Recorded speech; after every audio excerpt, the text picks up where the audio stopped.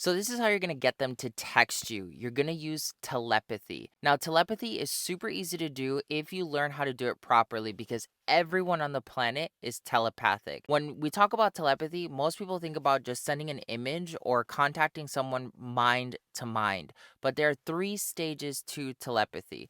Stage one is emotions to emotions. So you might have noticed that sometimes you feel like your significant other or your best friend is having a really bad day and you just know it. You can just feel it. So you go ahead and you message them and you're like, hey, are you okay? And they end up telling you what's actually going on, right? So emotion to emotion is what most people understand as empathy, right?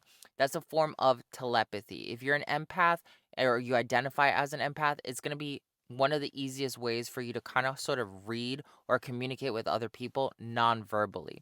The second form of telepathy is mind to mind. Now, this is the most common form of telepathy that everyone pretty much knows about, which is where you can see images and hear voices in your head, and it's a very cerebral thought process experience.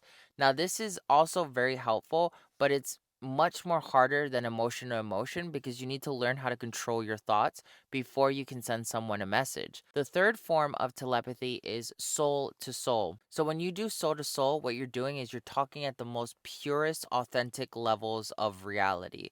There's no obstruction. So a lot of times when you talk from soul to soul, you can't even keep secrets because your secrets are being broadcasted just like everybody else's secrets are. So if you want this person to start messaging you, maybe you haven't heard from them for a long time, or you just want to see if this works. I'm going to walk you through these three easy steps to just start testing it. And if you like what you're experiencing, check out the links in the description below and sign up for my Soul Alchemy class. It's just going to amplify all of your telepathic abilities and some of your extra psychic powers to the next level. So, exercise one is going to be using that emotion to emotion technique. All right. So, I want you to think about the person that you want to text you or call you right now. Okay. See them in your mind's eye. Really feel, okay? I want you to feel with your emotions that this person is real. They're standing in front of you, just like if you were standing with them in a room in real time. Time and space does not exist. So, like when you use telepathy, everything is actually right here. The first thing you got to do is really believe and feel it that the person is in your presence and they can hear you. They can interact with you, even though it's non physical. Once you've identified that particular image, I want you to just start talking to that person. Tell them, hey, I really want to talk to you. Can you message me? And then really start feeling deep emotions like you gotta text me right now. Text me right now. Oh my god, oh my god. You can use those really like kind of drastic energies, or you can even come from a seductive standpoint of, you want to really text me. You feel like texting me. You cannot get me out of your head until you text me. Why are you thinking about me so much, right? And you got to keep generating the emotion. So, like, if it's my mom, then I'm going to use love. If it's a really good friend, I'm going to use our connection as besties to entice an emotion that triggers the person to then message me. Now, don't get too discouraged if you try this technique and this technique doesn't actually work out the first time. A lot of people end up doing this technique, and I would say like 85% of them end up seeing a reaction almost immediately. If you're part of that last final percentage, just keep practicing and try to fall deeper and deeper and deeper into your emotions. And if that doesn't work, if the emotion to emotion technique doesn't work, just try the next two and see which one is better for you. Some people are better at emotions, some people are better at mind, and some people are better at soul. The second method is mind to mind. Now, this one's going to be a little bit harder, but it could be easier for you, okay? What I like to do when I want somebody to message me and I'm using mind to mind is I imagine that person so vividly in my mind. I see them, I can smell them, I can feel them, and I really amplify all those images in my mind and I hold on to it. Now, I tend to hold on to these images for like about 5 minutes. The closer you can keep this image to your perception, you guys are sitting in the same room, you guys are touching each other, you guys are having a really great conversation, you can feel their energy. The clearer the picture in your mind, you most likely will start seeing the person messaging you almost instantaneously. Now, there's other things you can do with that image. You can imagine that you guys are at a park having a ton of fun. You can imagine that you guys are having a really great time eating some cake. You can change the image to see what triggers some people.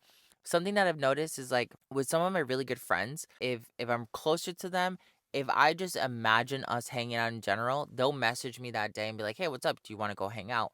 If it's somebody that I haven't talked to for a long time and I imagine us, just spending a week together in my mind's eye for like about 5 minutes, they'll tend to message me, right? So play around with the imagery. Like think about fun times with a specific person. If it's, your F buddy, right? Think about you guys being active in that particular situation so that you guys can bring that energy together.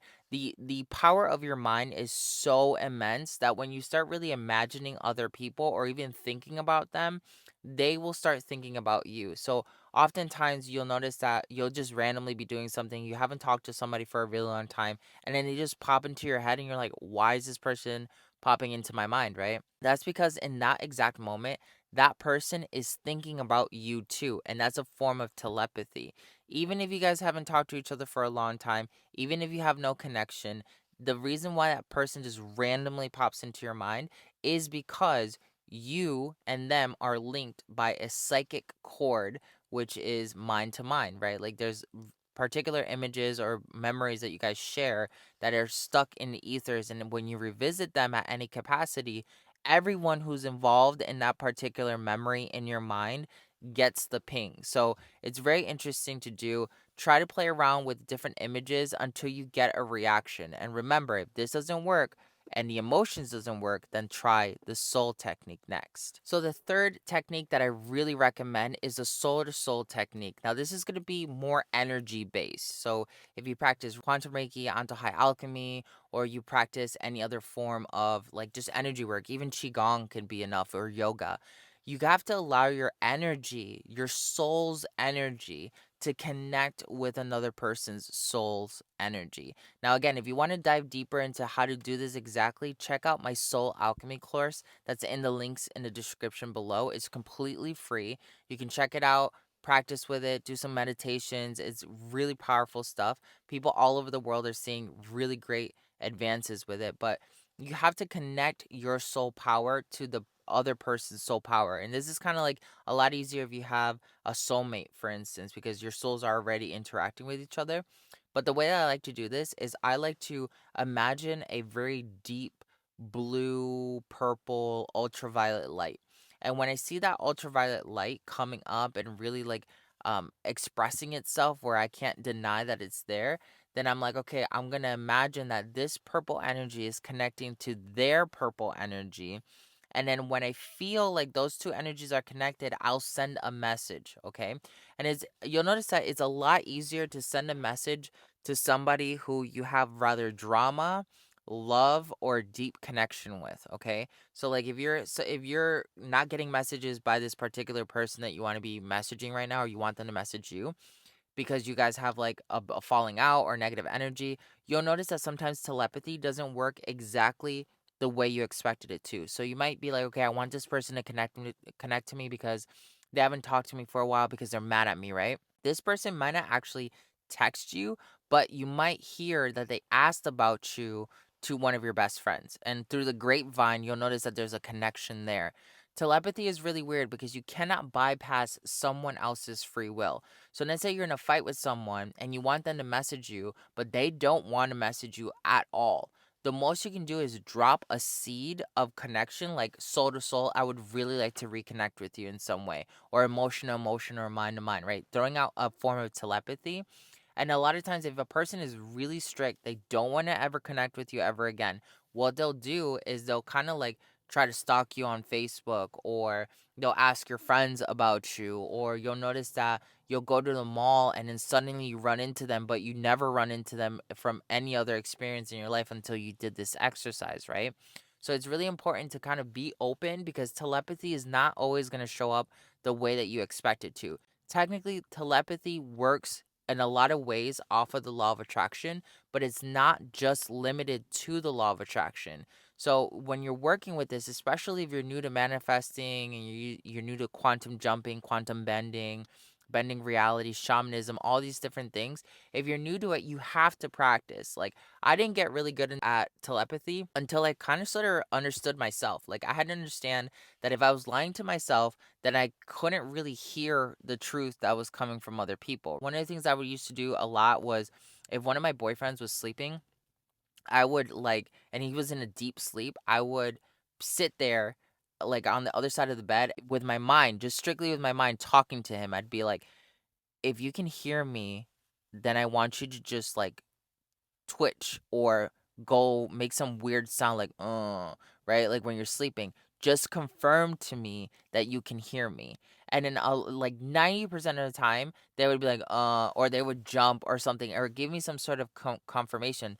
A couple of them would even say like, "Yes, I hear you," and it was a really deep trance that they were in. That helped me understand mind to mind, and it wasn't a bias, right? Because sometimes people try to play along with you to not make you feel bad, but them being asleep and me having these reactions really helped me see how to really form telepathy in a way that works for me, right? It's a trial and error. You have to almost relearn your body. So, if this is something that you're really interested in diving into more, I'm always teaching in my Antojai school everything from psychic abilities, energy medicine, bending reality, manifestation, law of attraction, and so much more. Join the Antojai School. Check out the links in the description below. Try these out. Let me know how they work. I would love to hear whether or not you're seeing results in your reality, and I'll catch you in our next video. Love you. Antojai.